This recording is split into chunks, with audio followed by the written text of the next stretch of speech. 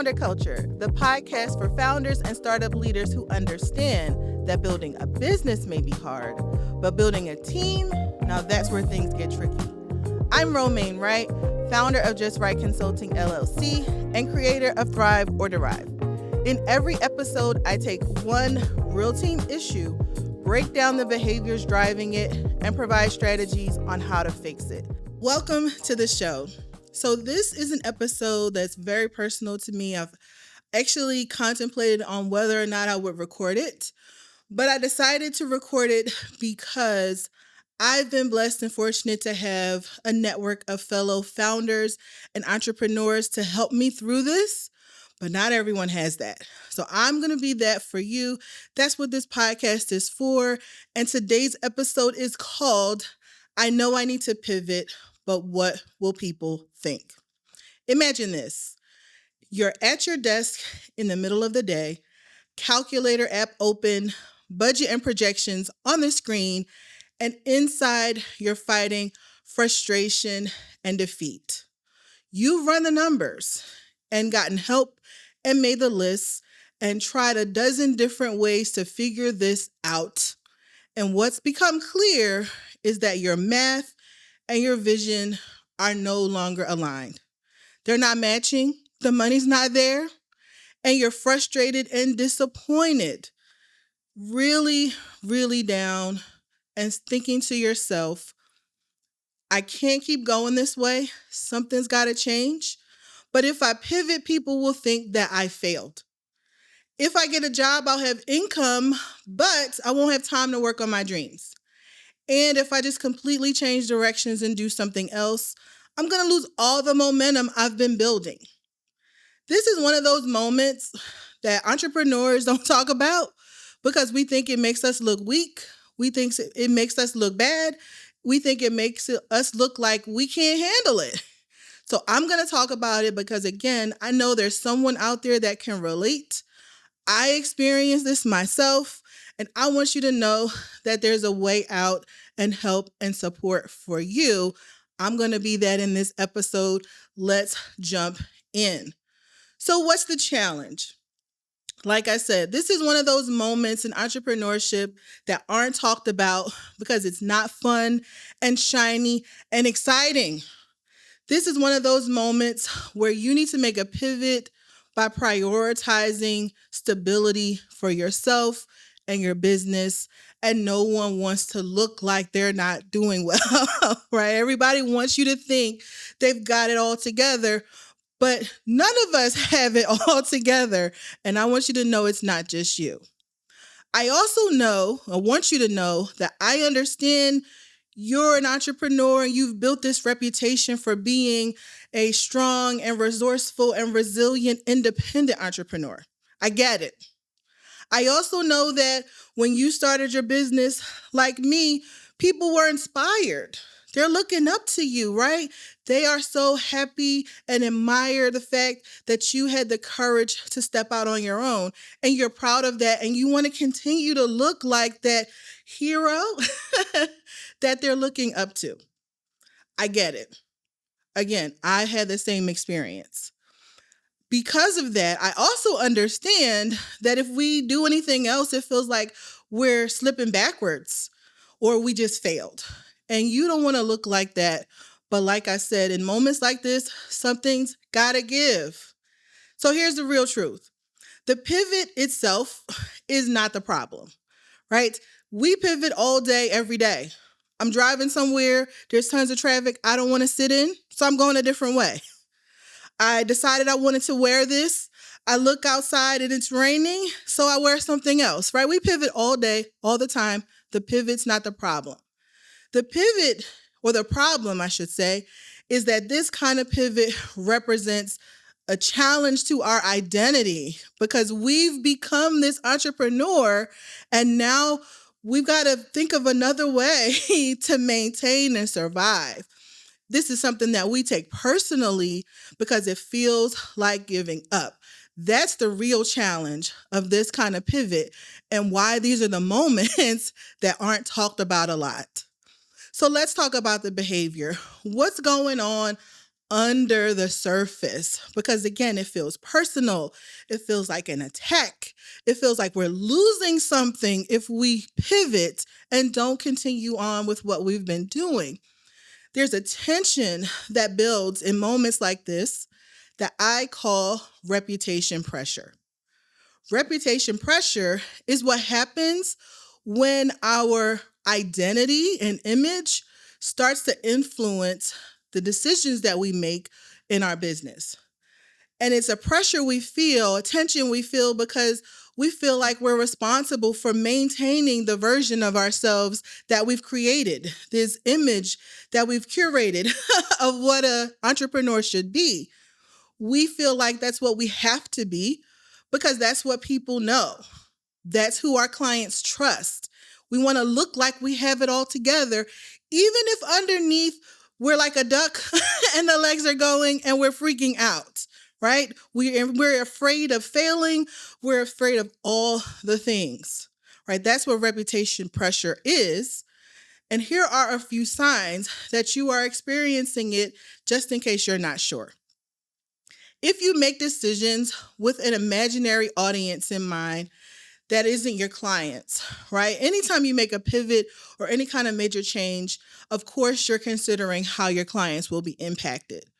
But if you're thinking about them out there, the them who like your posts, the them who comment on the things that you post, the them who are your cheerleaders from afar, but they're not your clients, that's a problem. You can't make decisions with them in mind. And if you feel the pressure to, again, that's reputation pressure. If you avoid strategic moves because of how they might look, again, reputation pressure. If you feel protective of that entrepreneurial image that you've created and you want to protect it at all costs, reputation pressure.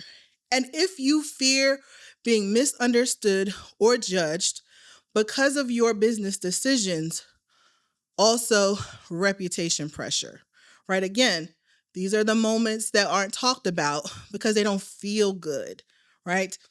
But there's always a way to fix it. We're never stuck. We're never trapped. And here are some ways that you can reset yourself, starting with your mindset. Recognizing that entrepreneurship demands constant recalibration. We're always repositioning, refocusing, figuring out how to best continue on based on the market and what's really needed. So you're not alone. It's not you. Needing to pivot does not mean that you failed, that you're unqualified, that you just don't know what you're doing. This is what happens in entrepreneurship, right? They call it feast and famine. This is what happens. So it's not just you. We see it happen to big corporations all the time. So it happens to small businesses too. Don't feel like you have to endure this on your own, right? We're all going through it. In moments like this, though, the important thing to recognize is that you're not pivoting just to pivot or doing any kind of pivot. You need to do a strategic pivot. And that means that your pivot needs to be aligned with your business vision and your focus and direction, right? So not just anything. So here's some examples of what a strategic pivot could be. Maybe you contract with another company for some time, right? Build a relationship with them, partner with them, and contract with them to maintain the things that you've been working on. Maybe you collaborate and build partnerships that expand the reach of your business, give you access to a new audience or a different set of skills and expertise. Maybe you do get a job. There's nothing wrong with that. There's no shame in getting a job. But I want you to not just get any kind of job, just any job, right? You want a job, if you're going to get a job, that is intentional, thoughtful, and aligned with your business.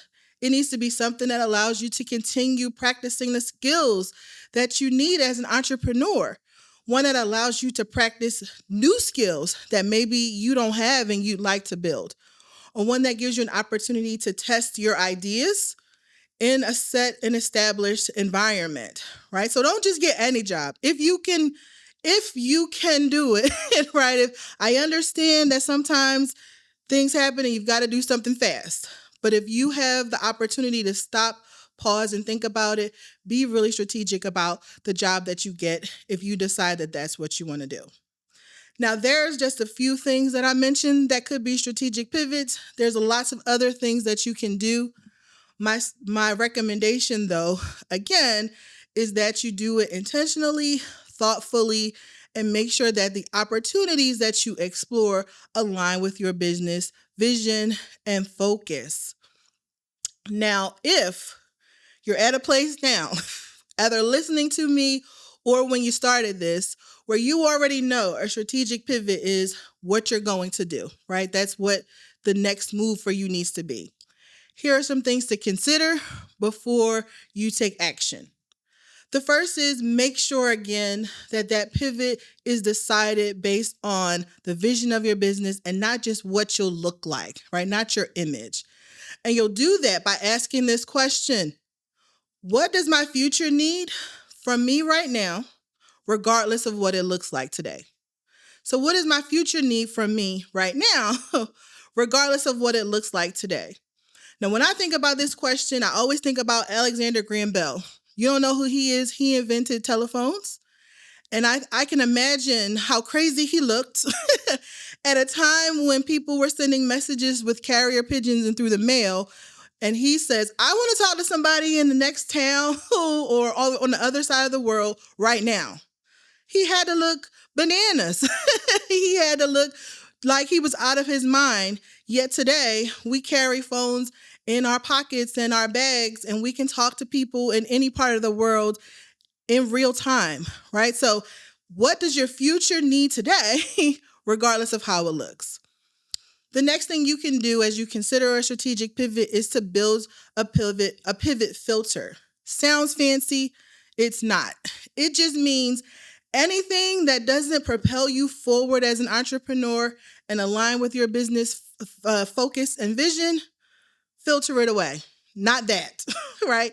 So that means if you are not a driver and your business is in transportation, driving for Uber might not be the best pivot for you, right? You want to make sure that it aligns.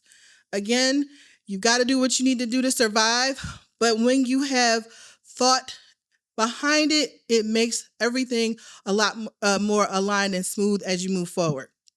Finally, I want you to see your pivot as you supporting your business and not surrendering your business. When you make a pivot that is strategic, thoughtful, purposeful, and intentional, it actually gives you the space in your mind and maybe even in your calendar to refocus and regain the energy that you may have lost being super stressed out that the math wasn't adding up. All right. So I've given you a lot. This is a lot of ego that we've got to tackle when it comes to an issue like reputation pressure. And I want to leave you with these thoughts in our takeaway. A strategic pivot is just a detour.